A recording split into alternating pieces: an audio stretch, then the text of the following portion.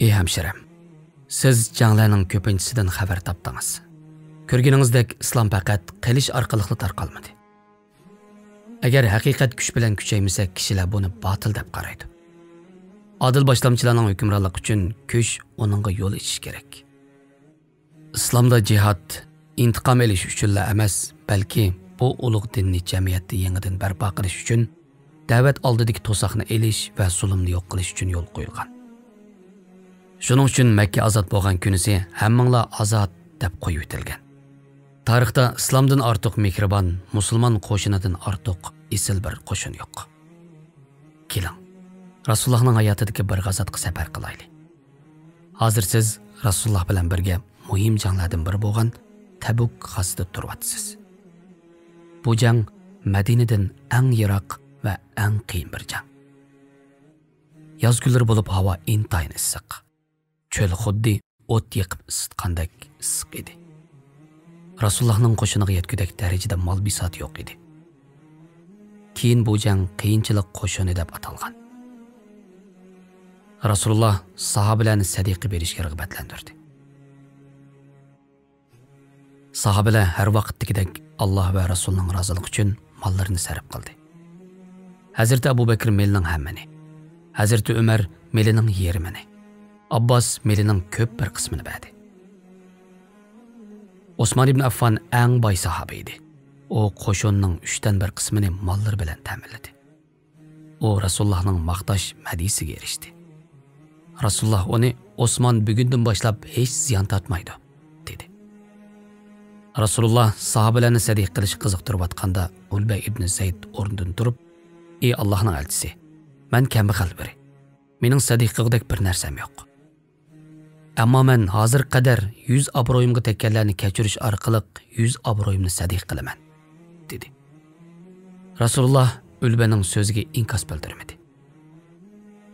Adisi Rasululloh tunigun 100 obro'yini sadiq qilgan kim deb so'radi. Ulba ibn Zayd o'rnidan turib, "Men ey Rasululloh" dedi. Rasululloh uningga "Alloh sening sadiqangni qabul qildi" dedi. Ey hamshiram, och sing'illaringiz, yangillaringiz va yoki do'stlaringiz bilan gap talashib qolsangiz, garchi sizning haq bo'lsa-mu yanala ularga uzoq qiydimang. Chunki qarshilashish uzirgan siri adovatni kuchaydi. Shuning uchun siz darhol harakatga o'ting. Shaytonning ipitingizni tilingiz orqali o'ynishiga yo'l qo'ymang.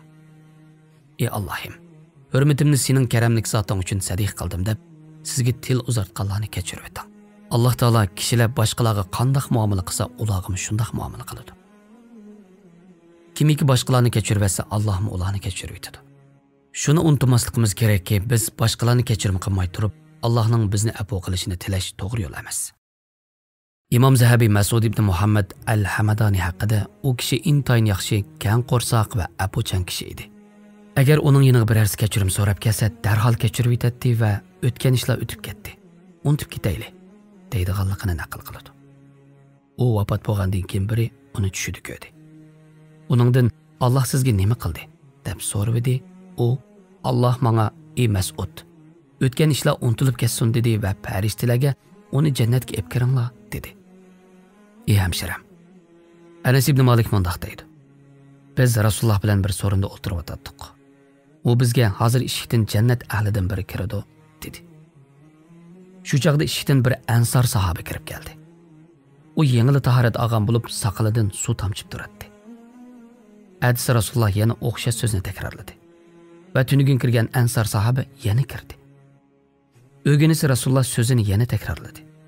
Yana o'xshash shu sahoba kirdi. Majlis tarqalgandan keyin Abdullah ibn Amr ibn As o'rnidan turib o sahobiga: "Men dadam bilan gap talashib qilib, 3 kun bo'yicha uning qishig'iga kirmaslikka qasam qilib o'tgan edim. Sening uyingda bir necha kun qolsam bo'ladimi?" deb so'radi. Ansor sahoba: "Albatta bo'ladi" dedi. Shunda qilib Abdullah o sahobaning uyida qo'nib qoldi. Abdullah kechining yerimida uningga ko'rinmasdan o'rnidan turdi. O sahoba yotiqida o'ltirib uxlashdan burun Allohni zikr qildi. Abdullah uning ibodat qilishiga qarab hayron qilib, uningdan "Mening dadam bilan o'tirimizdagi ixtilof ochiqlanishdan ortiq bir masala emas edi. Faqat Rasululloh sening haqqingda monolarni degan edi. Shung seni jannat ahlidan qilgan ishni bilish uchun, seni kuzatib beqish uchun uyingga kelgan edim. Ammo men sening bak ko'p ibodat qilganingni ko'rmadim. Seni jannat ahlidan qilgan amal zodi qaysi? deb so'radi. Sahoba mundaq javob berdi. Mening qildiganim faqat sening ko'rganlaringdan iborat.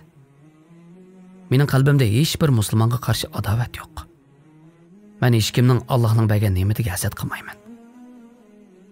Har kun yetishdan burun Allohim menga aziyat bergan har bir musulmonni kechirib etdim deb duo qilaman, dedi.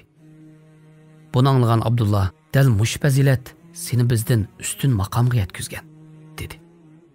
Ey hamshiram, apuchallikning qayerga boshlab bordiganligiga qarang. U kishi zaminda mengyotidi-yu, ammo jannat ahlidan hisoblanadi. Buning sababi bo'lsa qalbining adovatdan yiroq bo'lganligi. U kishilarga yaxshilik tilashni yaxshi ko'radi. Ularning ne'matlariga ko'z qirni solmaydi. Bundaq aloyidilik faqat bu sahobaga berilgan emas. Har qanday kishi bu yo'ldan manga olaydi.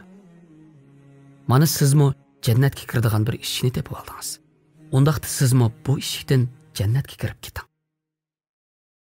Ey hamshiram, Abu Dujana radhiyallohu anhu kasal bo'lib qolganida Zayd ibn Aslam uni yo'qlab kirdi. Zayd uning yuzining parlab ketganligini ko'rdi va "Nimishqa yuzing buncha parlab turdi?" deb so'radi. "Mening ikki amalimdan boshqa ishonchlik bir amalim yo'q. Ularning biri, men menga munosabatsiz ishlarga aralashmayman. Ikkinchidan, mening qalbim musulmonlarga qarata intayin saf", dedi. Mana qarang. Abu Dujana bu muborak dinni naqadar go'zal tushungan. Bu ulug' sahoba iymon etgan, namoz o'qib, ro'za tutgan, sadiqa bergan, ammo u eng yaxshi amalining qalbni o'chmanlikdan pok tutish ekanligini tunib yetgan. Ey hamshiram, qalbingizni pok tuting. Chunki u yer Rahmon bo'lgan zot nazar soladigan yer. Alloh taolo insonlarning yuziga emas, balki qalbiga qaraydi. Ey hamshiram, Zaynul Abidin Ali ibn Husayn xizmatchilari bilan birga masjidga ketib atganida bir kishi uning oldini to'sib, "Sen undaq qilding, sen mundaq qilding" deb haqoratladi. Xizmatchilar u kishini urmoqchi bo'lganda, u ularni to'sdi va "Ey odam, mening sen degandimmi ortiq ayblarim bor. Sening mening haqimda bilmaydiganlaring bilganlaringdan ko'p", dedi. Ondan keyin xizmatchilarni u kishiga 1000 dirham berishga buyurdi. U kishi qaytib ketib etib, "Guvohlik beralaymanki, sen bir payg'ambar avlodisan", deb qilganlarga pushaymon qildi. Mana qarang. Shuningdek, qalblarni futvog'ili o'chmanlikni yo'q qilib bo'ladi. Boshqalarning sizga yomonlik qilishi bir xatolik, lekin bu xatolikning texmi cho'ngib ketishi yoki besiqishi bo'lsa, sizga bog'liq. Agar siz hayotingizda har bir eg'iz so'zga raddiya bermoqchi bo'lsangiz, hayotingiz jang maydonidan farqli bo'lmaydi. Agar sizga qilingan har bir yomonlikqa g'azab bilan muomala qilsangiz, qiningizni, nervingizni qardan chiqarib, oxirida o'zingiz halok bo'lasiz. Siz yomonliklarga ko'z yumishni bilganingizda, o'zingiz va boshqalarning ustidan g'alaba qilgan bo'lasiz. Ey hamshiram, Abdullah ibn Mas'ud bir kuni bozorga oziq-tulik setib olish uchun borganida, biri uning pulini o'g'irlab ketdi. Buni ko'rgan kishilar o'g'irni qarg'ab, tillashga boshladi. Ularning ba'zisi "Alloh uning putini sundirib etsin" deyishdi. Abdullah ibn Mas'ud ularga "O'g'irni qarg'amanglar" degandan keyin, "Allohim, agar u o'g'ri melimni ehtiyojini qamdash uchun olgan bo'lsa, u malga barkat berib, uning ehtiyojini qamdagan. Agar uni gunoh ishga jur'at qilgan holda olgan bo'lsa, buni uning eng oxirgi gunohi qilgan", deb duo qildi. Sahobalarning gunohkorlar va xatolashganlar bo'lgan mehribonlikka qarang. O'zining haqqidan voz kechgan bu isilzodilikka qarang. Aslida Abdullah ibn Mas'ud o'g'rini qarg'ashga boshqalardan bakrak haqliq edi. Chunki pul uning edi. Yuz bergan voqea uningga munosabatli edi. U kechirim qilishni boshlagan tunji kishi bo'lib qolmasdan, hatto boshqalarning o'g'rini qarg'ishiga yo'l qo'ymadi. Aksicha o'g'rining aziz bo'lishi uchun duo qildi. Agar u kambag'al, ehtiyojli biri bo'lsa, Allohning uningga barkat berishini, Agar undaq bo'lmasa, uning oxirgi qitimliq qilgan gunohi bo'lishini tilab Allohga duo qildi. Bu nima degan go'zal bir axloq ha? Ular payg'ambar maktabida tarbiyalangan kishilar. Ular Allohning mag'firatiga erishish uchun beshida boshqalarni kechirim qilish kerakligini boshdan yaxshi o'rgangan kishilar edi.